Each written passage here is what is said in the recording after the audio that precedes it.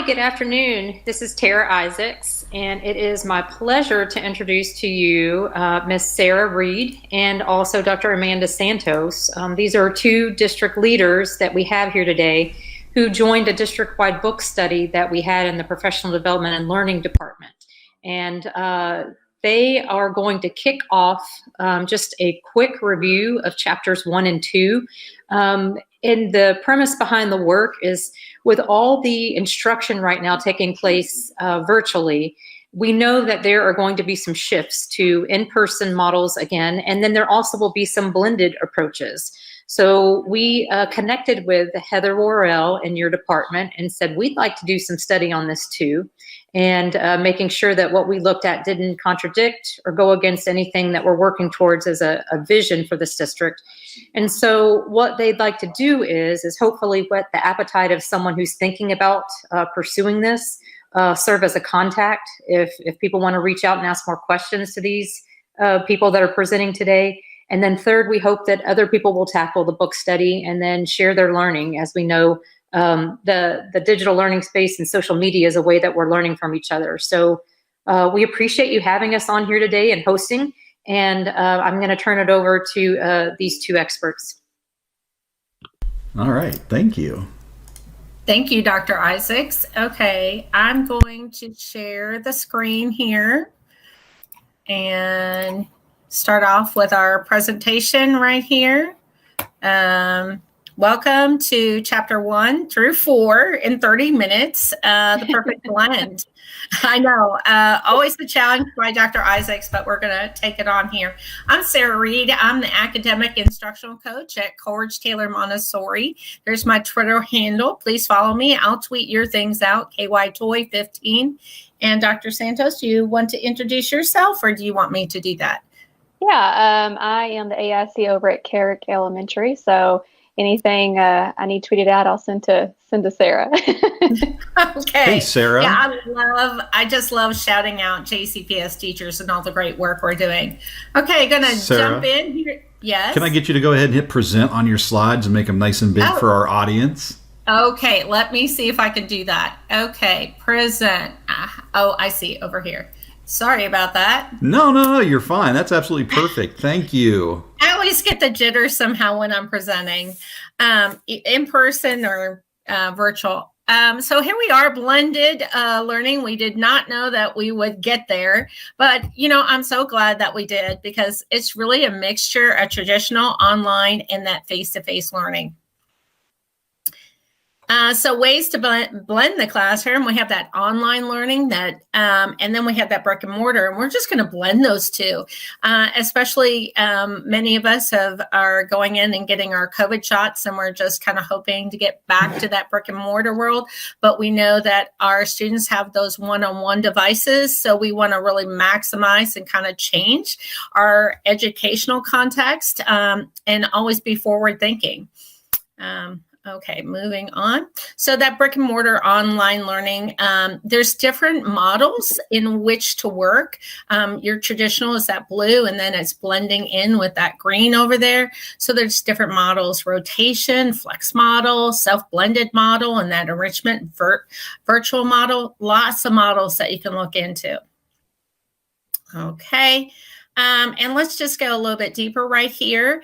That station rotation model, in that brick and mortar, that was that guided reading table, and you would have a little station here and a little station there. You can still do that station rotation model, very easily do that one. Another one is called the lab rotation. This is really kind of interesting because you're using that computer classroom as really that online, and they're like actually moving from room to room. So it's by determined schedule. A paraprofessional is in the lab while the teacher is in the classroom.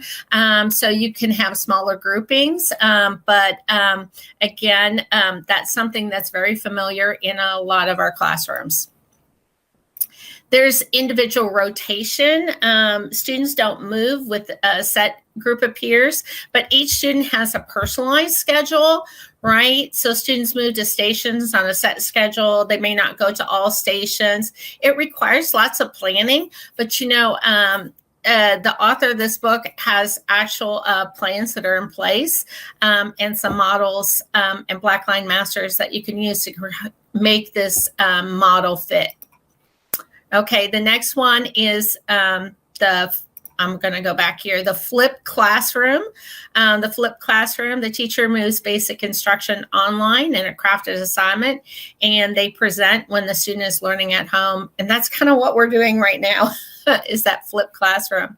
A la carte, that's really fun. The school or district offers individual courses online to supplement a student's course schedule at a brick and mortar. And JCPS eSchool, the folks there are doing that right now with middle and high school. Nice program, but we could do that program easily with elementary. Another one is the flex model. It has really fluid schedules according to the student needs. Classrooms look like coffee shops. If you go to some of the schools, I know we had the Backpack League in the summer, and you would walk in the hall and kids would be on their computers and in these little crunchy, nice little beanbag chairs. So that was like the flex model that was occurring. And I'm sure that will occur in our brick and mortar as well. So gotta click on Nemo here. The author here, she's got a personal story. She shares about fake engagement. The compliance she saw was really fake engagement, and she really wanted to do something different. So she brought that computer into the classroom. She created a digital space, and the quality of her students' work really skyrocketed because it gave students an audience, and the work that they did on that computer in that online world really mattered. So designing that perfect blend, it's not all about tech, software, online lessons. Tech can have an impact, but the largest impact that we can really shift towards is our instructional practices. And I think that we've made a big shift in Jefferson County, and we're just going to shift even more to really kind of bring all these models together. Okay, going back here. Sorry about that. There's the Enriched virtual model. This really allows for online to be the primary vehicle for instruction, allows students to completely work outside the brick and mortar. And that's kind of what we're doing right now, Enriched virtual model. We're back at a la carte. Sorry, here. Flex model, flipped. Okay, going this way. Sorry about that. There's some research that she provides for us, and this presentation will be shared. The blended learning classroom, the Clayton Christian Institute, and the Learning Accelerator. And these are really good case studies to go into, especially if you're a school that's going to like drive your instruction and really look at those models deeper. That gives you some insight of how those schools kind of tackled issues and overcame them, and what they did that was so nice for their students. Okay, and chapter 2 is about designing with student agency in mind. Really, really important. Student agency, present when learning is meaningful and relevant and really driven by your students' personal interests. That blended learning creates that environment that allows students to be really autonomous in their learning and personalized. So there's a difference between personalization and differentiation. Personalization, students are making adjustments and changes in learning activity to help them be successful. Differentiation, the teacher is making those adjustments and changes to help students be successful. So moving this way, sorry about that. Voice and choice.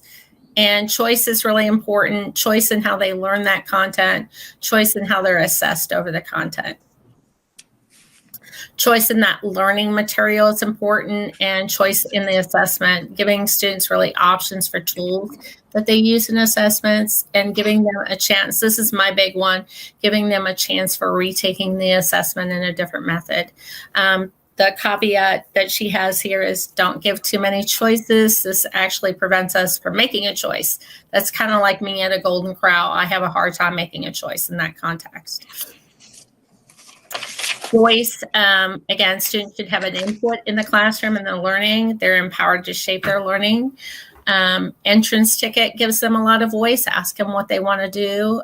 Students will need scaffolding and just taking in what they would like to see their environment to be. Another thing that's really important is the pace, the path, the time, and the place. It can change from semester to semester, day to day, even a lesson. Tech is really the vehicle for personalized learning that really allows our students to take control of their learning. Okay, I'm going this way. Blended learning can give students that more flexibility. It keeps our gaps at bay. This is a nice example that she also gives is California Lindsay High School gave students agency over the pace at which they move through their learning. And this is my favorite one, playlist down below here, which she'll go into more depth with through the chapters. Path is another important. And time and place, students gain control over time and place of learning. Online, students aren't bound by those classroom walls, and teacher can really remove themselves as a sole agent of knowledge. It's not really direct instruction. You can have students kind of work in those breakout rooms or work on activities and then come back and share out. It's really driven by their voice and choice. Right here, engagement is really important. If you're a school that's kind of working with engagement, how to get students engaged in that online context, this student engagement toolkit that is provided is a really nice resource. And Chris Young, if you've never heard him talk about engagement and curiosity, I would encourage you to listen to him as well. That student data and self-reflection is also important. We always make that data decision making. It really keeps a pulse on our students' engagement, performance on those digital tasks, and so forth. Okay, and then we're at learner profiles. It's really important, just like when we're in the classroom, to also have, a checklist and descriptors to help students really identify their strengths, needs, and interests. Students can write summaries of what they learned about themselves. It's important to start small. Students don't need control over everything. You might need to help students when they're ready. And of course, you're going to have to repeat yourself. But there's a link up here that will give you some nice examples of learner profiles. And Sarah, will you keep driving for me since you have it up? I will. You're doing a phenomenal job. Okay. So we have 30 minutes and I could talk forever. I could too. But if you'll keep driving the PowerPoint, it'll help me and we can. Yeah, I would encourage you to download the presentations that we have and click on those links to just dive even deeper. Okay, Dr. Santos. All right. I am so glad that I get to pair up with Sarah. Like, I feel honored seriously. So this is awesome. All right, Sarah, go to the next one for me. So I'm doing chapters 3 and 4. So chapter 3 really talks about differentiation in the blended classroom. So it gives you the basic characteristics of the station rotation model, including variations, which as Sarah went through, the overview of basically the book itself, these next 2 chapters kind of dig into specifics, including templates and tools necessary. All right, so we talked about the basics, which we see this in the classroom quite a bit. So it's a great entry point for blending your classroom, for differentiating, and increases the teacher's ability to implement student voice and choice into lessons. Oops, sorry. That's okay. Organize. Oh, they yeah, start flipping in. Click 3 times for me. So basically organizing your stations. So when you're thinking about the classroom, there's 3 things to consider. Choosing the number of stations. So thinking about the task to complete and how long you want that the students to have, as well as the timing of each station, how the class is going to move, determined by the teacher, and providing meaningful small group instruction is really important during this time. And then setting up your groups, so individualizing activities based on group differentiation. Sometimes you'll see the same learning activity at each station, flexible grouping, and students also need opportunities to reflect. That's really, really important as we're talking about, the classroom in general. You can click next, Sarah. Thanks. I should have took out these transitions. I'm sorry. It's okay. I'm getting the hang of it, though. I'm sorry. I know not to roll my mouse. It's just a click. Okay. I appreciate you. Okay, so we have student pace stations. So no timer needed between movement. Students can rotate upon completion of their work at their current station. This also requires clear expectations, especially when we're having the students pace themselves, and continued collaboration opportunities for them. There's also the one station per day, so that's more focused on a particular station. You can have 3 stations set up, and they move to a different one for 3 days. This allows teachers to create small group instruction by pulling from those stations. And then you can also have varied stations each day, which sometimes we see that a lot in classrooms. So it's based on different content areas. And the number of stations can also vary as well, along with the role of the teacher per station. Next. I feel like I'm like talking really, really fast. Okay, so the part of this book also provides a lot of templates, which is awesome. So in this presentation, you're going to see a lot of bit.lys, and these bit.lys actually give you access to the templates and you can use. So this is an example of planning for a station rotation lesson. So you consider these things: online versus offline, collaborative versus independent work. Do you want it to be active or stationary? Really important to provide clear directions at every single station, whether it's text-based, online, or recorded directions for those students. And always include collaboration and interaction. Next. All right, so this is straight from the book. So these are just station ideas, and you can look at those at your leisure, but there's tons of different activities that you can think of for stations inside the book. Next. All right, so chapter 4 is talking about implementing personalized learning in your blended classroom. So it's going to review the differences between personalization and differentiation. This is where we're going to explore the flex model, and I'll also give you templates for it. And then considering how a hybrid approach between station and flex models might work best in some classrooms. All right, so blended learning and personalized learning. Blended learning allows personalization to occur. Okay, so how? We talked about the station rotation model, so great for differentiation and individualized instruction. Now we're going to look at the flex model. So some examples of tools, you use checklists, choice boards, playlists. So the thing is we've seen this already a lot with NTI. Lots of checklists, lots of choice boards.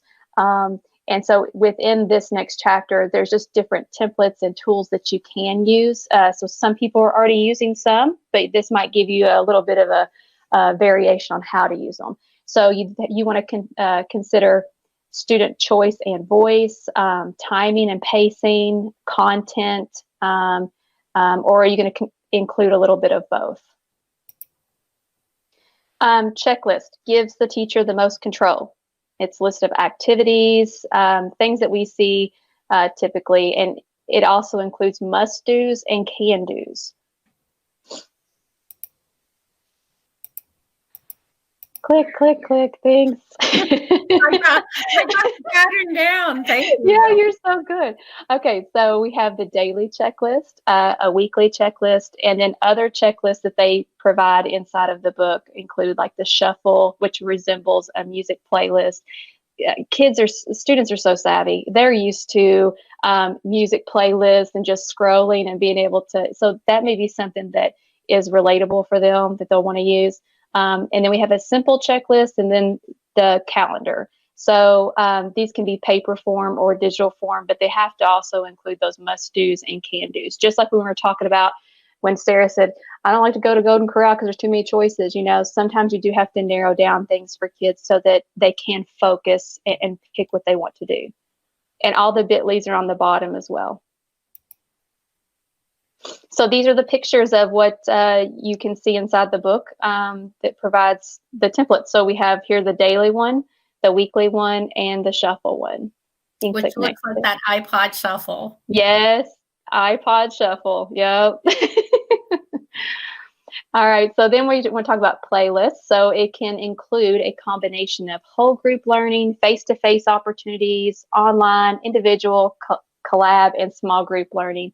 But the single document will have hyperlinks for all the resources the students need in order to complete those content areas or those options that they have. Playlists are probably my favorite, and I think there was a presentation not too recently on playlists on the Digital Learning Channel. Playlists are awesome. So types of playlists that they provide in the book, you have the depth of knowledge, the DOK level playlist. So in this one, the students have to accumulate a certain number of points, and the higher the DOK, the higher the point. There's also the table playlist, which is a simple Google Doc, which we are using that a lot lately. So that might be very simple for online learning right now. And then we have secondary school playlist. And I think click one more time. I think I may have thrown you off on this one, Sarah. One more click. There we go. Had to add one more. So we have the digital menu that resembles like a when you're going to a restaurant. Okay, so you have a appetizer, entree, and beverage, and again, all the bit.lys with the hyperlinks there are for everyone to use. Yeah, really nice. I love the doc one because it has those doc levels. And if you're trying to get to a higher rigor, in your PLCs, if you're an academic coach and you're working with teachers or even working with new teachers, you want to have doc 1 or depth of knowledge 1 activities, doc 2 and doc 3. So it really allows you to kind of see the flow of a lesson, or a unit. It's really empowering. And here we are. Yeah. So here's the template from the book, or an example. So Sarah pretty much described it for you too. It's laid out really easy to read, and I think that's one thing about this book that I really like is the simplicity of the templates to use. That anyone can pick it up and dig into how it explains to use it, and then go use it.